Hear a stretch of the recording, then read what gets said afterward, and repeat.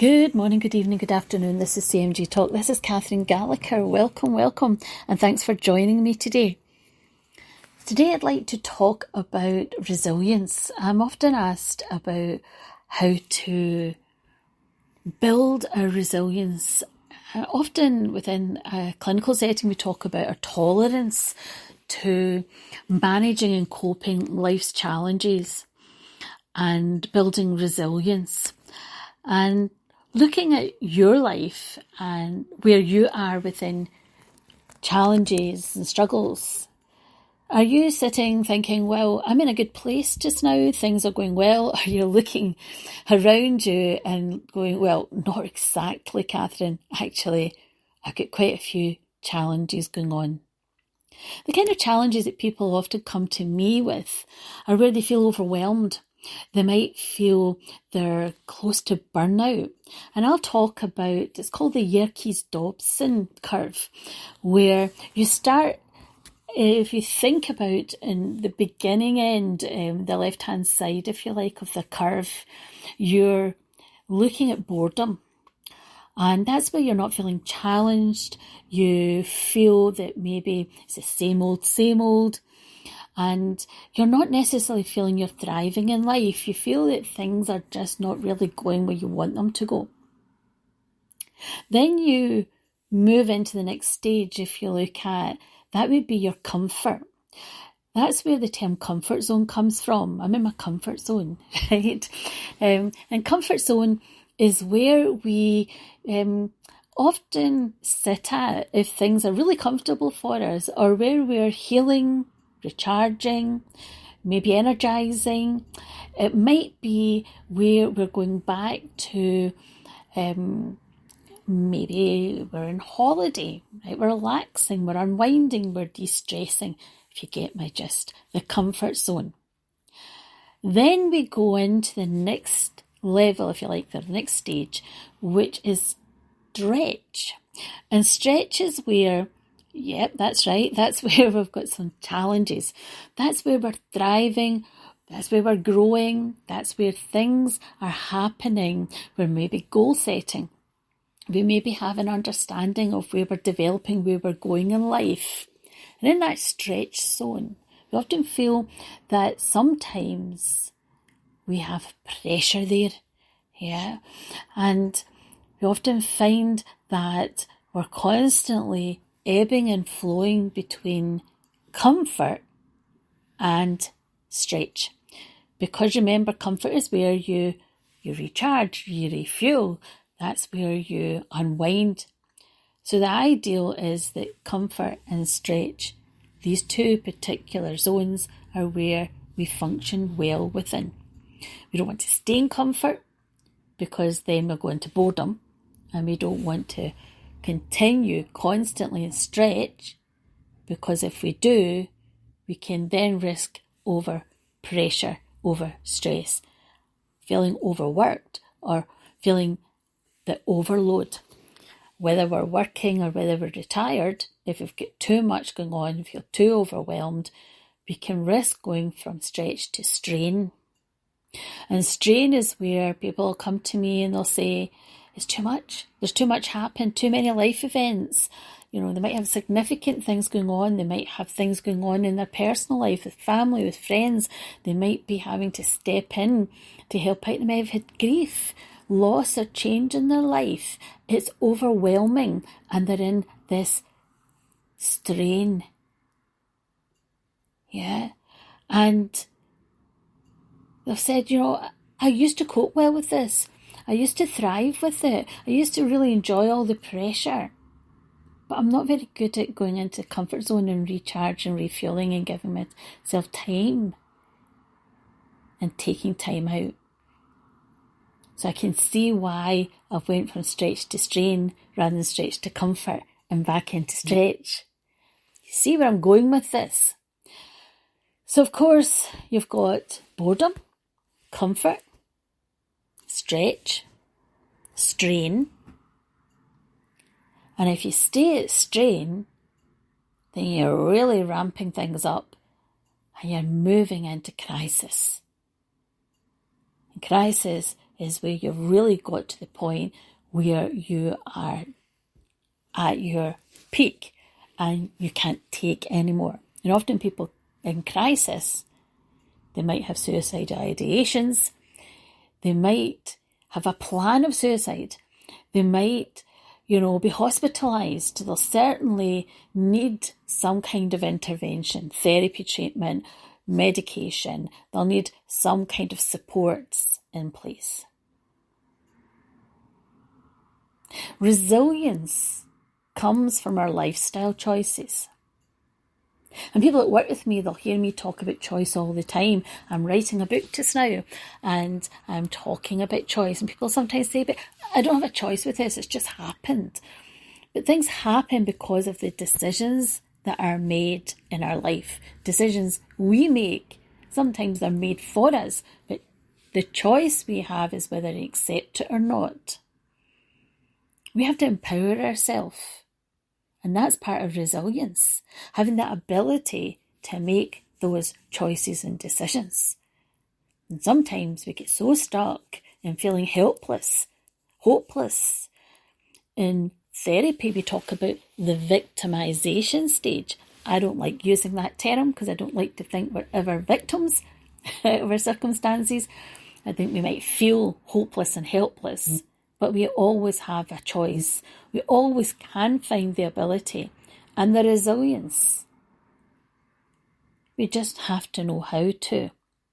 And many of us are not taught how to do these things, which is why I've spent 30 years of my professional life and a lot of my personal life dedicated, because it's a vocation, dedicated to helping people be able to be empowered in their life to make better, right decisions and choices. I've had to learn through my life and my choices because I've not always got it right. I'm the first one to admit that. I've had to learn not to always work at something. I've had to learn that it's just as important to know when to walk away. That's a success when you know when to walk away. Resilience is having that inner ability to have that empowerment, that robustness, to be able to go from comfort to stretch and know where you're at. And if we are doing proper checks, I talk about doing an MOT on your well-being. I use lots of terminology that basically I've made up, but they make sense because I've developed them over 30 years working with literally tens and tens of thousands of clients. And I know that when I talk about these things, people go, oh, that makes sense. And they've told me over 3 decades. I'm still doing it. It's still working.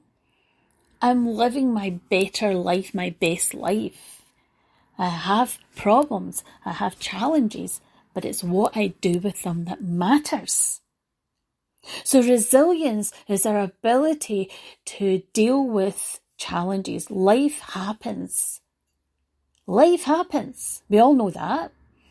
I don't go through my life talking to people as if everything's great and wonderful and amazing and perfect, because that's not life. Sometimes we have times, we have stages and phases, and we have places in our life, times in our life when things are amazing and brilliant, are going the way we want them to, or even better than we imagined. And we have the responsibility, I believe, to go with that. But when life happens and it's not great for us, or we don't believe it's great for us, but it might end up being the best thing.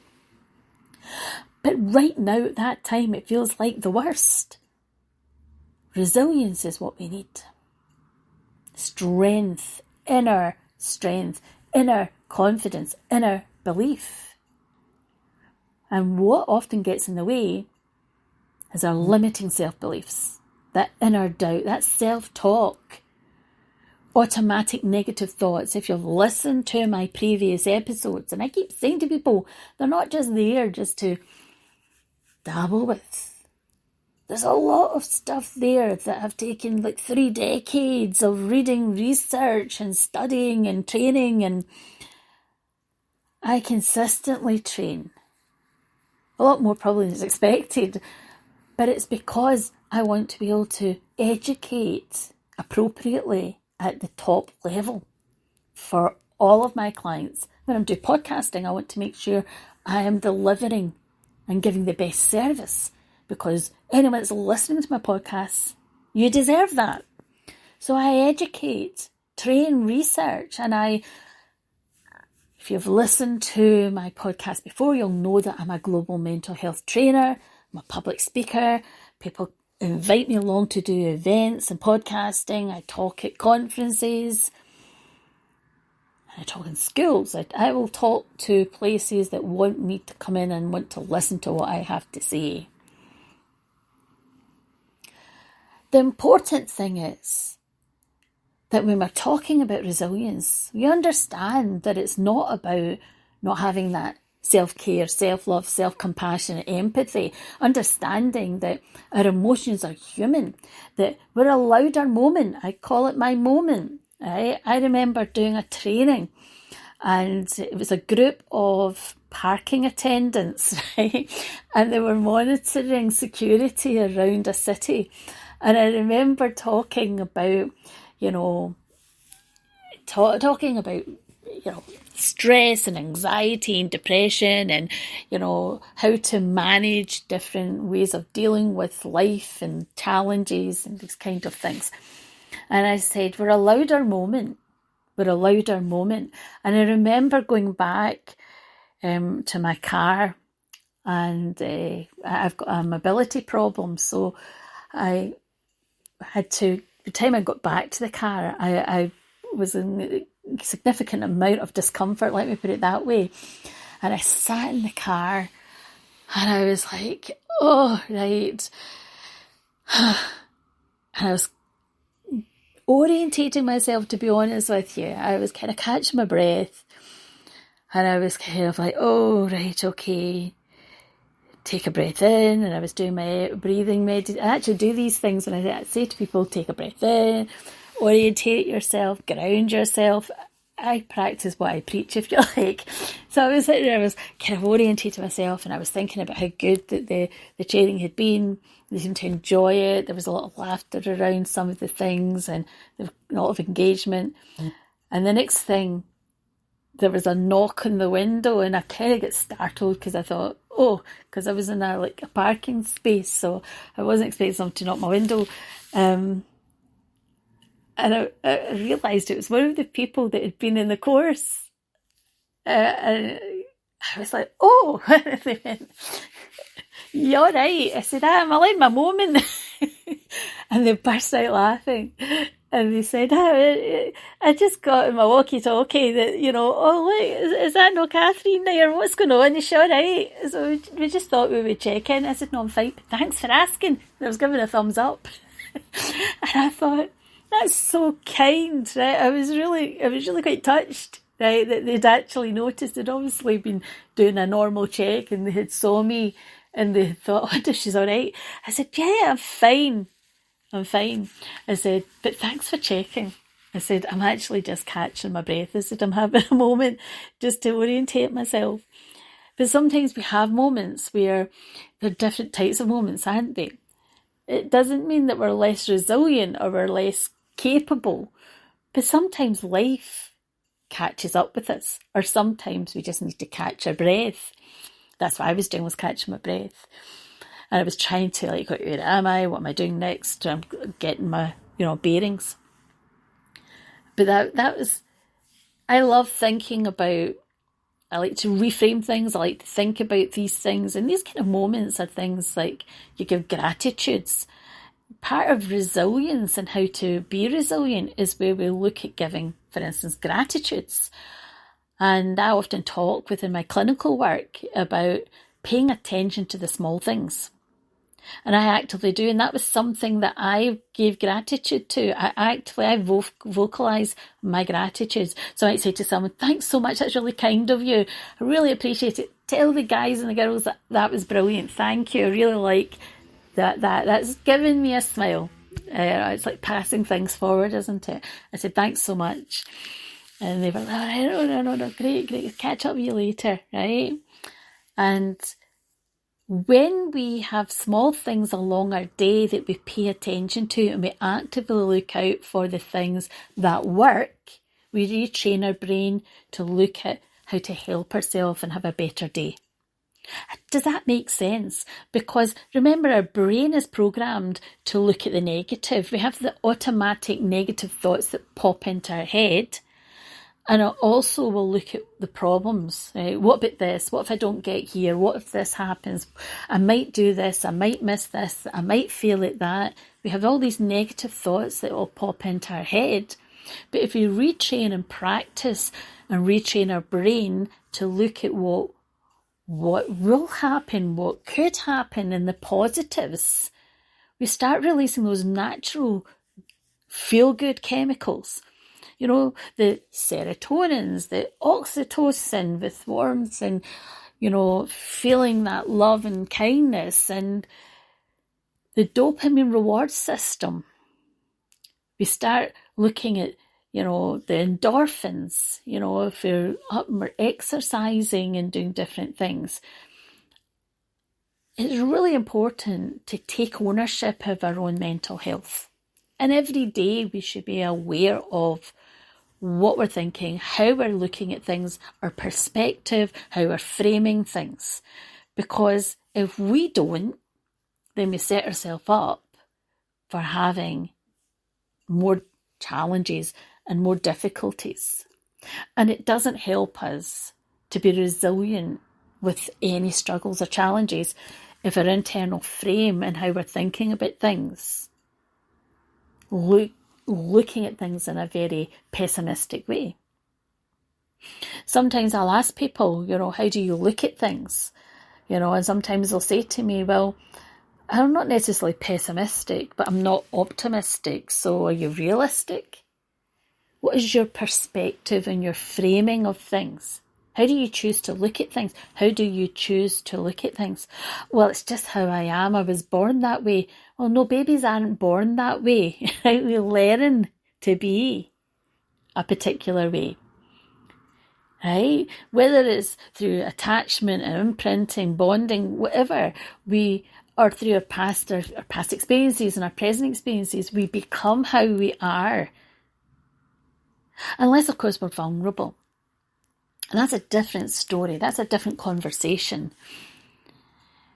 But if we take ownership and accountability, we empower ourselves. Then we can build on our resilience. So if we stop and we say, even if we write down our thoughts and our feelings, and we own it, and we say, right now, this has happened, and the feeling that's attached to this for me right now is whatever it is. Anxious or stressed or overwhelmed or depressed, and I'm not working in the comfort stretch zone.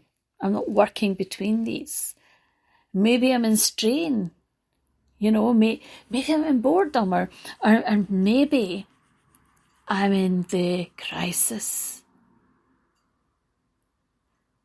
But looking at where you are and understanding your attitudes. Is it apathy? Is it indifference? Is it overwhelmed? Are you overstressed? And what do you need to do about it? To build up our tolerance and our resilience. Because resistance and resilience are different things.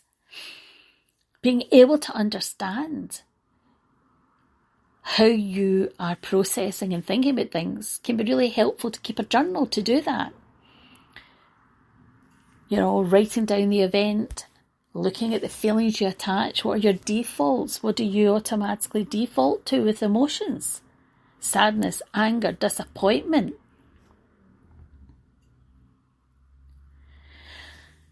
People have different emotions, and understanding how you're feeling, and then looking at what you would like to feel. Well, I'd like to feel more in control, or I'd like to feel happier, or I'd like to be able to be kinder to myself, or I'd like to feel whatever the feeling is. And then look at, well, what would I need to do to get there? What action could I take right now? And it might be getting more support. It might be reaching out to family and friends and talking things out, getting a different perspective. It might be speaking to a professional. If it's financial, speak to an independent financial advisor. It might be, if it's work, being upfront and talking to a trusted person, whether it's a colleague or a manager or occupational health or HR. If it's a health problem, you're needing to take medical consultation. If it's to do with fitness, is it about getting better sleep? Is it about good nutrition? Is it about looking at all of these and putting together exercise? On Wednesday, I'm on a fitness program just now. Right? It's a pain management fitness program. And the one thing that I've been doing is, in between the program, I've been taking different activities. And I'd went out on Wednesday for a walk and got to this park. It's a different park from what I normally go to. So I got to this park and there was lots of cars. So I was expecting to see lots of people walking around the park. There was 2 of us. There was a man, probably, I would say, in his late 60s, early 70s. And then there was me. And he was going one way and I was going the other. And we walked past each other. And it was torrential rain, heavy, heavy rain. So I had like a coat on, kind of anorak type thing. I don't know, anorak wasn't really an anorak, but it was kind of puffer jacket probably, with a hood. And he had a jacket which he had over his arm and an umbrella. And he was walking in the rain just in his shirt and his trousers, right? So as he walked past me, I said, hello. And he said, hello. And he said, yeah, they're all upstairs. And he pointed up to the cafe because he obviously was thinking the same thing as me. Oh, I wonder where everybody is. He said, yes. He said, they're all up and having a coffee in the cafe shop. And I laughed and said, not like us. He said, no. He said, I'll catch you on the way back. And sure enough, I kept walking, and he walked the other way. And we met in the middle again. And he said, still nobody's come out. And by that time it had dried. Well, the rain had stopped. And I said, I know. And there was lots of traffic going by. And I'm pretty sure there was quite a few people thinking, look at those 2 people walking in the rain. And I know there's 2 ways of thinking of this, isn't there? For me, it was, I don't mind work. I actually love walking in the rain. Rain you dry from. Okay? And there's some people like, it's cold, it's wet. Why would you walk in the rain? And I was telling this story when I got to the fitness program. And then one of the individuals had said, well, you know, if you've got waterproof trousers and a waterproof jacket. And I was like, oh, no, don't. Waterproof trousers and waterproof. I said, you dry. And they were like, oh, you'll get a cold. And I was like, oh, no, you don't. That's a fallacy. And we're all laughing at me out there walking in this torrential rain. And I said, you know, I used to do that a lot when I was more able, right? I used to walk a lot in the rain. I said, but yes, it's very invigorating. So they're all kind of looking at me going, well, we could maybe go to the park, whether or what in the rain, don't know. Right? And it started a conversation. And one of the things that people often do is when you have this conversation, it can inspire people, right? And it was quite interesting just to have people then talking about what they would do and how they would do things and what the way they would do things, and they started sharing their perspective. And what I'm really saying here is that when we have conversations and start talking about things, it starts to really give you an understanding of different things, different ways to do things, and what other opportunities could be, because people were talking about other parts, or talking about different things they could do, how they would do things, what they would do before they did things. And it was really interesting just hearing other people's perspectives and preparations and plans. And what they were really doing was talking about resilience, resistance, thinking, and also tolerance. Their tolerance ability, their level of tolerance for certain things. Not as intolerance and being tolerant as a person. It's a different type of thing.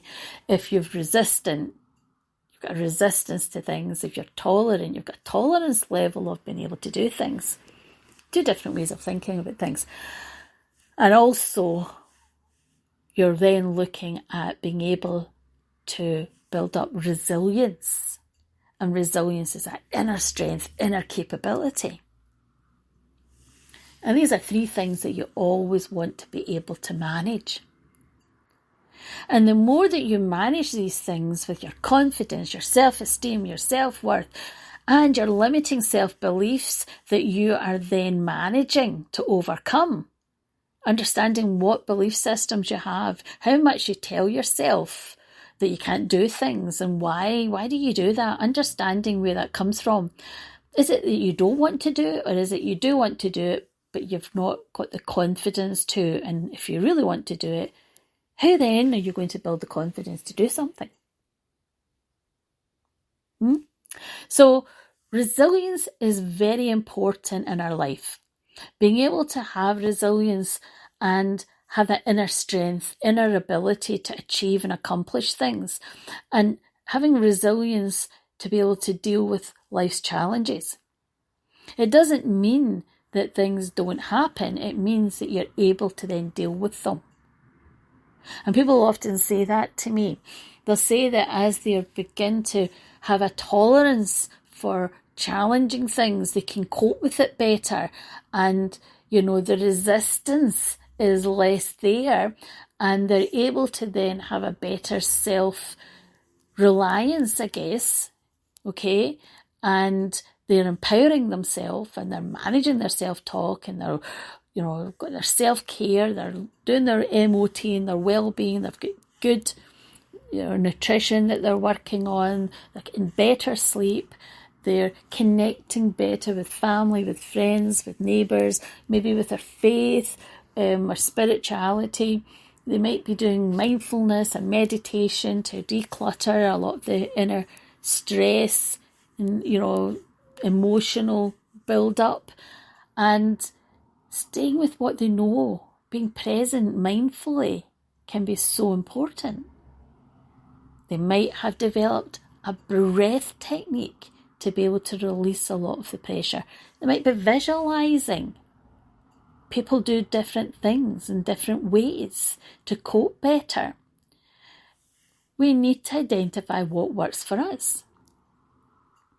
People sometimes will say, I run, or I exercise, or I sing, or I dance, or go to the gym, I do weights, I crochet, right? People do cooking, baking.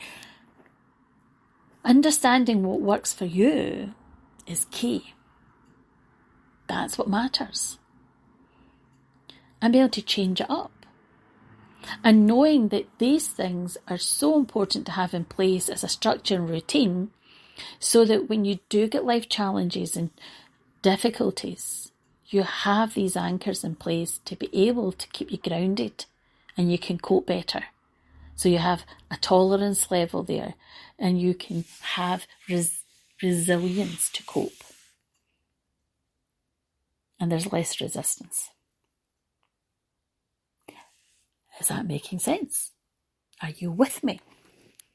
So that's why I'm talking about resilience, because resilience is something that often people will come to me and say that they find it so difficult to cope when something happens, anything in their life.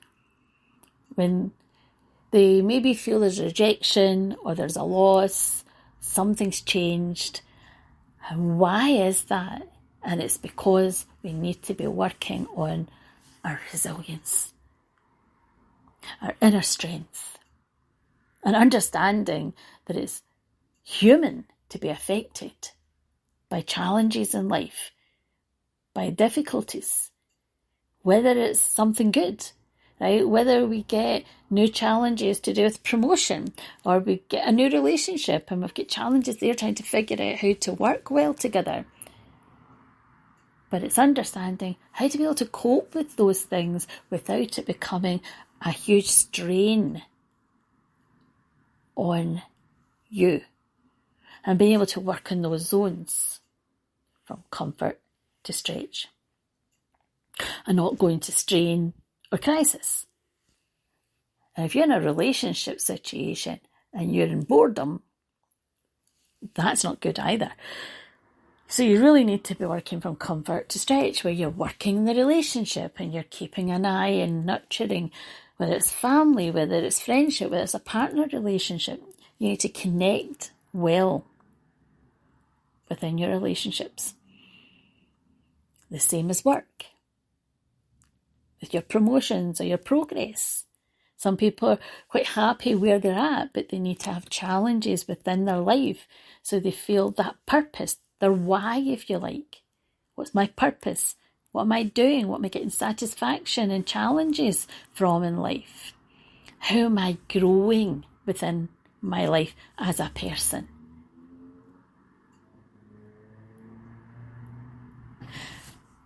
When we get to the end of our life, we often look back and want to know that our life matters. And if we feel that we're not imprinting and making a mark in our life, that's why people often get very confused or uncertain about their purpose is, because they're drifting. And they're not really finding satisfaction in their life. Whether it's because they're not looking for that satisfaction because they're not practicing gratitude. Because sometimes we have expected to have certain things. And some people, they feel that their life has worked out the way they've wanted it to.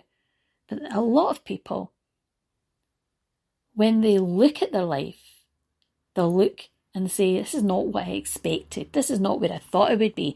By now I expected to have. Or by now I thought I would still be. And here I am starting over. Or here I am not even acquired. And maybe I never will. But if we always look for what we've not got, or what has disappeared from our life, or what we've lost in our life, then what we're looking at is what we've missed out on, what we're missing out on, rather than what we have. And sometimes where we are is because of the decisions and choices we've made. And sometimes they've made for us because somebody's maybe left a relationship, or somebody maybe has passed. It's our responsibility to recognise the value our life is. Because every life has value and purpose. And not all life is going to be as we thought it would be. My life is not where I thought it would be. Right? But I've made a conscious choice to look at what has worked. And yes, of course, I'll look at the things that maybe aren't what I thought they would be. But I don't focus on that as much, because I know that that's how it is. And I look at the choices I've made, and some of them have been very deliberate choices, because I knew they were healthier, better choices. So sometimes it's about practicing gratitude and being able to look at what we have and enjoying and being present. And those small gratitudes along the way, the small things every day that work for us, whether it's somebody knocking your window and saying, are you all right? Right? Or whether it's you've got that parking space, or whether somebody smiled and said hello, or your neighbour stopped to talk to you. Or maybe that project's worked out really well, or it might be that you've got great satisfaction from a gardening thing you've been doing, or, I was talking to somebody who's retired and they were telling me all the great things that they do, like just like to blether to people, talk to people, right? And they that they're taking up painting again because they quite like doing oil painting, and they're going for small walks around their house and around their area. And they're giving gratitude for those things, and they pay attention to them. And that really helps to lift their mood. Just appreciating the small things that work well lifts our mood and makes us feel better throughout the day. Just as if we focus on all the negatives, that sets the tone and the mood of the day that we're going to have as well. I don't know about you, but I'd rather have an amazing Sunday. So I know what I'm going to be doing today. Have a great day. It's been a joy working with you today. Thanks for popping on. And remember to like, share or download if you've enjoyed listening. Resilience is key to our lives. And I will be coming on again. Probably on Sundays. I'll be trying to be putting a podcast on. If there's a topic or subject you would like me to put on, then remember you can let me know through emailing me at stepupcmg@xln.co.uk, or you can go onto my website at www.stepupcmg.com. If you'd like to work with me or have me come along to an event and speak, whether it's an organisational event or whether it's a personal one, then please feel free to message me as well, and you can contact me on my website. Take good care, have an amazing Sunday, and thanks for listening. This is CMG Talk, and this is Catherine Gallagher. Bye for now.